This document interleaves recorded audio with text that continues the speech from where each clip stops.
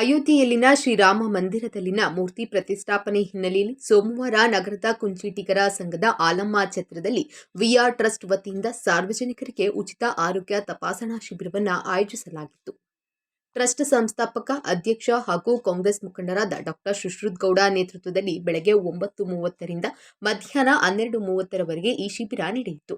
ಈ ವೇಳೆ ಅವರು ಮಾತನಾಡಿ, ರಾಮಲಲ್ಲಾ ಮೂರ್ತಿ ಪ್ರತಿಷ್ಠಾಪನೆ ಹಿನ್ನೆಲೆಯಲ್ಲಿ ಎಲ್ಲೆಡೆ ಪ್ರಸಾದ ಹಂಚಿಕೆ, ವಿಶೇಷ ಪೂಜೆ ಮೊದಲಾದವು ನಡೆಯುತ್ತಿವೆ. ಆದರೆ ನಾವು ಜನತೆಗೆ ಉಪಯುಕ್ತವಾಗುವ ರೀತಿಯಲ್ಲಿ ಈ ಕಾರ್ಯಕ್ರಮ ಆಯೋಜಿಸಿರುವುದಾಗಿ ತಿಳಿಸಿದರು. ಇನ್ನು ಶಿಬಿರದಲ್ಲಿ ರಕ್ತದೊತ್ತಡ, ಮಧುಮೇಹ ಮೊದಲಾದ ಸಮಸ್ಯೆಗಳಿಗೆ ತಜ್ಞ ವೈದ್ಯರಿಂದ ಉಚಿತ ತಪಾಸಣೆ ಮತ್ತು ಸಲಹೆ ಸೌಲಭ್ಯ ಕಲ್ಪಿಸಿದಲ್ಲದೆ 1000ಕ್ಕೂ ಹೆಚ್ಚು ಮಂದಿ ಪ್ರಯೋಜನವನ್ನ ಪಡೆದರು. ಇದೇ ವೇಳೆ ಎಲ್ಲರ ಮೊಬೈಲ್ ಸಂಖ್ಯೆ ನೋಂದಾಯಿಸಿಕೊಂಡು ವರ್ಷವಿಡೀ ಆರೋಗ್ಯದ ಮೇಲೆ ನಿಗಾ ಇರಿಸಿ ಸೂಕ್ತ ಸಲಹೆ ಸೂಚನೆಯನ್ನ ನೀಡಲಾಗುವುದೆಂದು ತಿಳಿಸಿದರು. ಬಳಿಕ ಅದೇ ಸ್ಥಳದಲ್ಲಿ ಅಯೋಧ್ಯೆಯಲ್ಲಿನ ಶ್ರೀರಾಮ ಮಂದಿರದಲ್ಲಿನ ವಿಗ್ರಹ ಪ್ರತಿಷ್ಠಾಪನೆ ದೃಶ್ಯವನ್ನ ಬೃಹತ್ ಎಲ್ಇಡಿ ಟಿವಿ ಮೂಲಕ ನೇರ ಪ್ರಸಾರವನ್ನ ಮಾಡಲಾಯಿತು.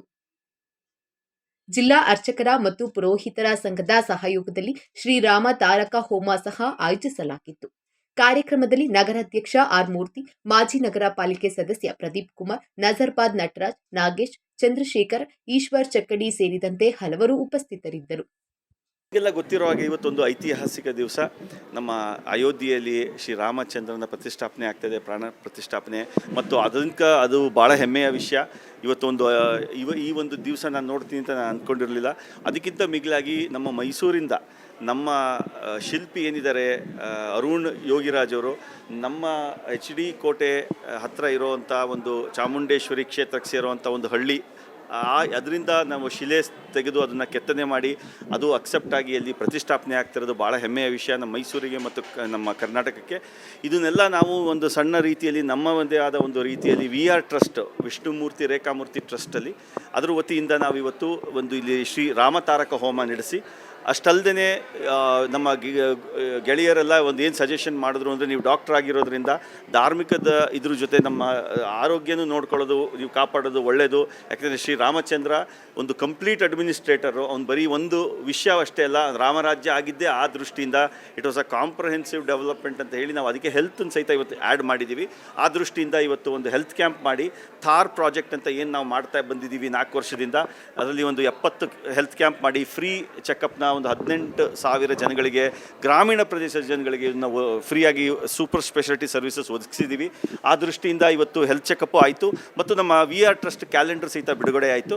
ಅವನ್ನೆಲ್ಲ ಇವತ್ತು ಮುಗಿಸಿದ್ದೀವಿ. ಮತ್ತು ನಮ್ಮ ಮೈಸೂರಿಗೆ ಏನು ಕೊಡುಗೆ ಕೊಟ್ಟಿದ್ದಾರೆ ಅವ್ರದ್ದೇ ಆದ ಒಂದು ಕ್ಷೇತ್ರದಲ್ಲಿ, ರಾಜಕೀಯ ಇರ್ಬೋದು, ಶೈಕ್ಷಣಿಕ ವಿಚಾರ ಇರ್ಬೋದು, ಅಥವಾ ಯಾವುದೇ ಥರದ ಡೆವಲಪ್ಮೆಂಟ್ ವಿಚಾರ ಇರ್ಬೋದು, ಅಂಥ ಗಣ್ಯರಿಗೆ ಇವತ್ತು ನಾವು ಸನ್ಮಾನ ಸಹಿತ ಮಾಡಿದ್ವಿ. ಅದೆಲ್ಲ ಈಗ ಮುಗಿದು, ಈಗ ನಮ್ಮದು ಪೂರ್ಣಾಹುತಿ ಮುಗಿದು ಈಗ ನಾವು ಪ್ರಸಾದ ವಿತರಣೆ ಸ್ಟಾರ್ಟ್ ಆಗ್ತಾ ಇದೆ. ಇದು ಒಂದು ನೆನಪಾಗಿ ಉಳಿಲಿ ನಮ್ಮ ಮೈಸೂರಿಗೆ ಅನ್ನೋದು ನನ್ನದೊಂದು ಕಿರಿಯ ಒಂದು ಸಣ್ಣ ಒಂದು ಅಳಿಲು ಸೇವೆ ಅಂತ ಹೇಳಕ್ಕೆ ಇಷ್ಟಪಡ್ತೀನಿ. ಆರೋಗ್ಯ ಶಿಬಿರದಲ್ಲಿ ಎಷ್ಟು ಜನ ಪಾಲ್ಗೊಂಡಿದ್ದಾರೆ? ಇವಾಗ ಆಗಲೇ ನಾವು ಆವಾಗ ನೋಡಿದಾಗ 100 ಚಿಲ್ಡ್ರ ಜನ ಆಗಲೇ ಎನ್ರೋಲ್ ಆಗಿ ಟ್ರೀಟ್ಮೆಂಟ್ ತಗೊಂಡು ಹೋಗಿದ್ದಾರೆ, ಹಾಗೂ ಇನ್ನೂ ಬರ್ತಾನೆ ಇದ್ದಾರೆ. ನಾವು ಅವ್ರಿಗೆ ಇಲ್ಲಿ ಇವತ್ತೇನಾದ್ರು ನಾವು ನೋಡೋಕ್ಕಾಗಲಿಲ್ಲ, ಯಾಕೆಂದರೆ ನಾವು ಈಗ ಒಂದು 2 ಗಂಟೆ ಒಳಗಡೆ ಕ್ಲೋಸ್ ಮಾಡ್ತಾ ಇದ್ವಿ. ಅವಾಗ ಅವ್ರಿಗೆ ಗೋಪಾಲ್ಗೌಡ ಹಾಸ್ಪಿಟಲ್ ನ್ಯೂರೋಝೋನಿಗೆ ಬಂದು ಫ್ರೀಯಾಗಿ ಚೆಕಪ್ ಮಾಡೋಕ್ಕೆ ಅವ್ರಿಗೆಲ್ಲ ಅಡ್ರೆಸ್ ಎಲ್ಲ ಕೊಟ್ಟು ಕಳಿಸ್ತಾ ಇದ್ದೀವಿ.